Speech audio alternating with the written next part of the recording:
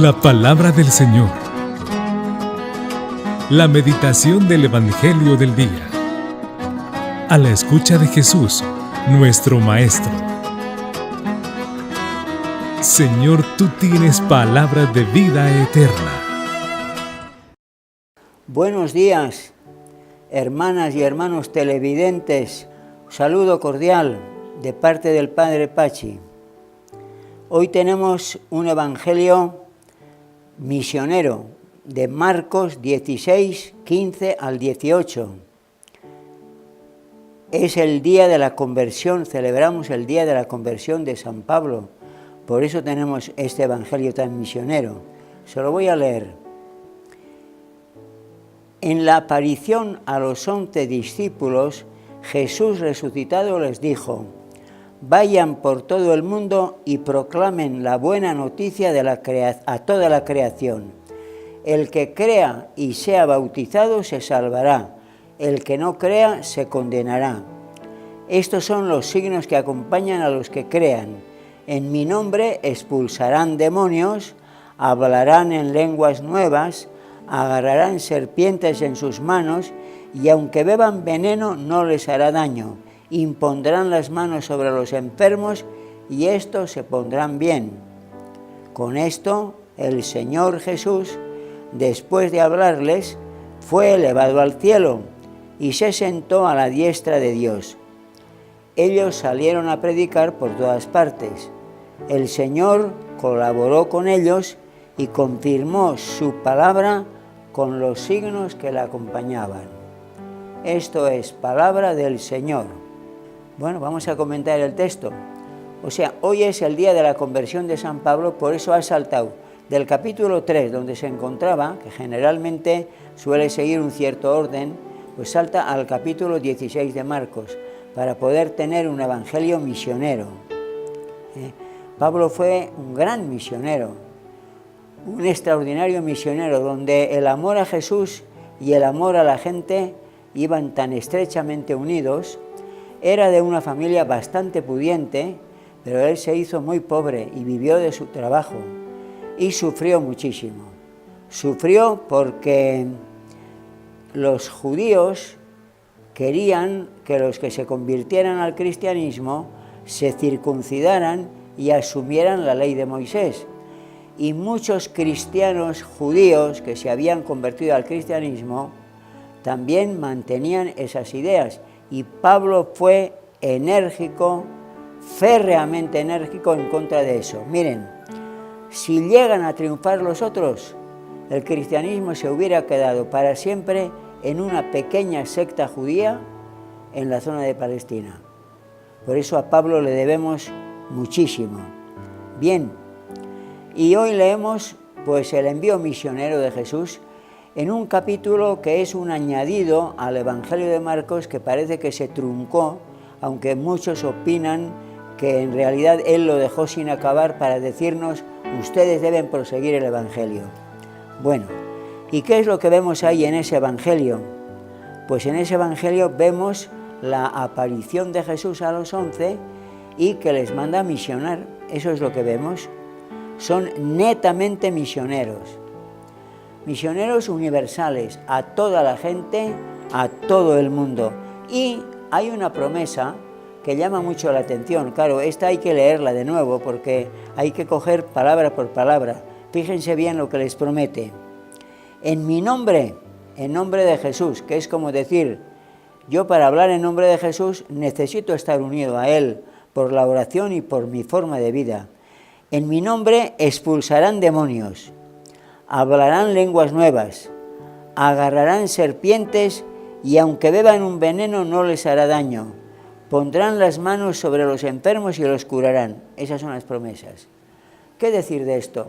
Pues miren, no se puede tomar al pie de la letra. Los orientales escribían simbólicamente y entonces lo que expresa todo eso es el poder salvador y misionero de Jesús.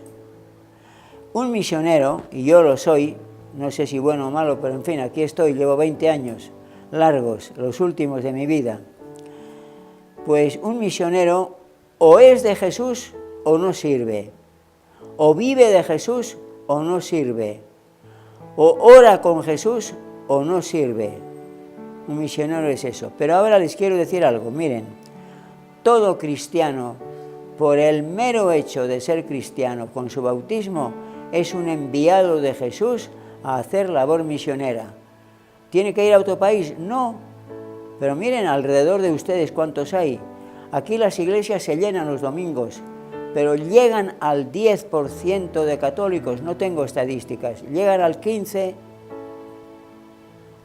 Hay mucha gente alejada de Dios y mucha gente que no sabe, que no conoce, y la gente joven se está contagiando de la línea de indiferencia religiosa que aparece fuertemente en Europa y también en Norteamérica. Por lo tanto, la labor misionera que aquí tenemos que hacer es muy fuerte. Yo vine a hacer obras sociales, no era cura cuando vine. Aquí la gente me pedía cosas y decía, mire, no soy sacerdote. Y por eso me hice aquí sacerdote, porque me pedían cosas religiosas. Bueno, entonces tengamos en cuenta esto. Misionero es todo cristiano por el simple, grandísimo hecho de ser un bautizado. Es un enviado de Jesús. Miren, hay que tomar conciencia de esto. O sea, yo soy un enviado de Jesús y ustedes también son enviados de Jesús. ¿Enviados a dónde? No a otra parte, sino a hablar a la gente. Pero a veces nos da vergüenza hablar de eso. Y sin embargo, somos misioneros. Somos misioneros por nuestro bautismo. Bueno, y entonces todo eso de la serpiente y tal. Miren, la serpiente tiene un significado especial porque dicen que fue la que tentó a Eva, etc. En ese texto que es una maravilla de texto, el del Génesis, pero que no es histórico, que es una gran catequesis para un pueblo pues que tenía poca cultura. Entonces la serpiente aparece siempre como el enemigo mayor del ser humano, como el mayor enemigo de Dios, y siempre suelen a veces aparecer pues en algunas imágenes de María, incluso cuando a María se la llama la segunda Eva. Bueno, pues ahí estamos nosotros. Hay algunas cosas que debemos explicar. Miren, dice que después Jesús subió y se sentó a la derecha de Dios. Bueno, es un lenguaje antropológico. Yo no sé si Dios tiene derecha, izquierda, arriba y abajo. Yo no sé si subió y si está arriba, porque para un australiano arriba es lo contrario que para nosotros. Por lo tanto, todo este lenguaje lo leemos a gusto, pero lo tenemos que saber interpretar. Sentarse a la derecha era lo que hacía el primer ministro, donde había un gobernante autoritario, que generalmente eran autoritarios los que había entonces, y el primer ministro se sentaba a su derecha. Y el jefe de la nación le daba todo el poder. Esta frase significa que Jesús tiene todo el poder del Padre para acompañarnos a todos los que queremos hacer labor misionera, sentarse a la derecha del Padre. Y luego otra expresión, el Señor Jesús. Bueno, vamos a ver, les tengo que explicar algo. Miren, la palabra Jesús se aplica al Jesús que vivió en este mundo, que llamamos el Jesús histórico. La palabra Jesucristo es una palabra teológica que une Jesús y Cristo. Por lo tanto, dice Jesús Mesías, porque eso significa Cristo. Bueno, y entonces Señor Jesús equivale a decir Jesucristo. Más o menos es lo mismo. Es más que decir Jesús. Sin embargo, en los últimos tiempos, pues se ha extendido la idea, a mí me parece hermosa, de llamar a Jesús solo Jesús, como más cercano, más cariñoso, etcétera, ¿no? Y así lo solemos hacer en las oraciones. Pero teológicamente, el verdadero nombre del Salvador es Jesucristo. Jesucristo, Hijo de Dios, Salvador. Muy bien. Bueno, ¿y qué es eso de la condenación? Pues hay que hablar algo de eso. Mire usted. Dice que los que no crean se condenarán. Bueno, primero, si no lo sabe, no se puede condenar. Porque el que no sabe ni obra el bien ni obra el mal. En sueños yo no puedo hacer ninguna cosa mala, por lo menos moralmente mala ante Dios. Cuando no estoy enterado tampoco. Por lo tanto, los que no conocen a Jesús o solo han oído hablar de la leyenda de Jesús, esos no se van a condenar. ¿Y entonces quién se condena? Pues aquellos que, viendo claramente que Jesús es el enviado de Dios al mundo para ser nuestro hermano mayor, y que viéndolo claramente dicen, no quiero saber nada con él, esos son los que le niegan. Esos se podrían condenar. Pero miren, yo tengo muchas dudas, serias dudas sobre el infierno eterno. En Radio María di una sesión entera sobre el infierno, y aquí no tengo tiempo, pero yo quiero decir algo. Miren, Dios ama a sus criaturas, las ha creado por amor, ama a los que no le quieren. Es un Dios gratuito y amoroso. Por lo tanto, lo de infierno eterno, que no es dogma de fe,